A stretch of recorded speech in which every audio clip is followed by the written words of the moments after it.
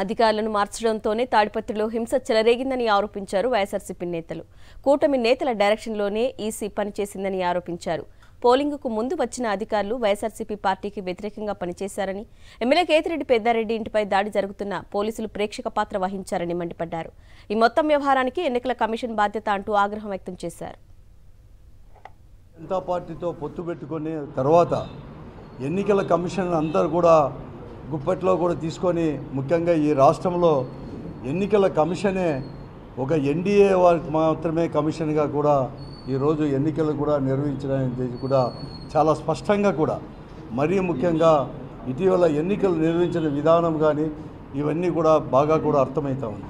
పెద్దారెడ్డి ఇంటి పైన ఒక కాలేజ్ గ్రౌండ్లో ట్రాక్టర్లతో రాళ్ళు తీసుకొని వచ్చేసి క్రాకర్స్ తీసుకొని వచ్చేసి పెద్దారెడ్డి అంటే ఎమ్మెల్యే గారి ఇంటిపైన, పెద్దారెడ్డి గారి ఇంటిపైన కూడా వేసినా కూడా ఎక్కడ కానీ చర్యలు కూడా తీసుకోలేదు. వారి యొక్క వీడియోలు అనేది కూడా చూస్తే ట్రాక్టర్లతో తీసుకొని వచ్చిన పోలీసు వాళ్ళు కూడా, ఇది ఎక్కడ చూసినా అన్నీ కూడా ఉండే పోలీసు వాళ్ళు కూడా ఆ మాబు వెనకలే ఉన్నారు, కానీ ఎక్కడ కానీ చర్యలు కూడా తీసుకోలేనివి కూడా ఇక్కడ కంప్లీట్గా కూడా పూర్తిగా కూడా అర్థమవుతూ ఉంది. ఎన్నికలు ఇంకా వారం రోజులు ఉన్నట్టుగా డిఐజీని ఇక్కడ చాలా అవమానకరమైన రీతిలో బదిలీ చేసింది ఎన్నికల కమిషన్. పురంధరేశ్వరి లేకపోతే చంద్రబాబు నాయుడు గారు, బీజేపీ గారు చెప్పితే చాలు బదిలీలు చేశారు, ఎస్పీని చేశారు, డిఐజీని అయితే లాస్ట్లో కూడా చేశారను. ఇప్పుడు కొత్తగా వచ్చినటువంటి అధికారులు కూడా బీజేపీ వాళ్ళు, చంద్రబాబు కూటమి చెప్పినటువంటి వాళ్ళనే అధికారులుగా కూడా ఎవరిని నియమించాలనేటువంటి కూడా వాళ్ళు లిస్టులు రాసి పంపించినారు. ఈరోజు ఎన్నికల కమిషన్ బాధ్యత వహించాలి ఈ ఘటనలకు అన్నింటికీ కూడా.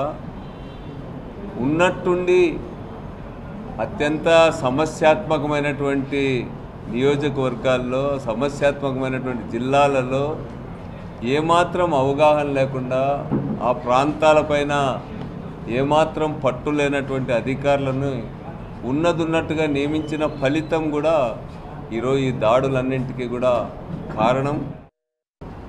తాడిపత్రిలో జరిగినటువంటి సంఘటనలకు ప్రధాన బాధ్యత పోలీస్ డిపార్ట్మెంట్ వారే అని తెలియజేస్తూ ఉన్నా.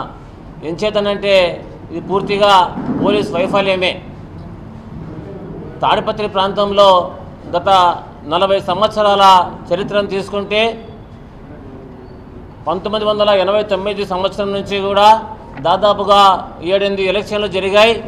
ప్రతి ఎన్నికల రోజు కూడా, పోలింగ్ రోజు, ఆ తరువాత కౌంటింగ్ రోజు కూడా హింసాత్మక సంఘటనలు జరుగుతూనే ఉన్నాయి, గొడవలు జరుగుతూనే ఉన్నాయి. మరి ముందస్తు జాగ్రత్తలు తీసుకోకుండా పోలీసులు పూర్తిగా వైఫల్యం చెందినారు.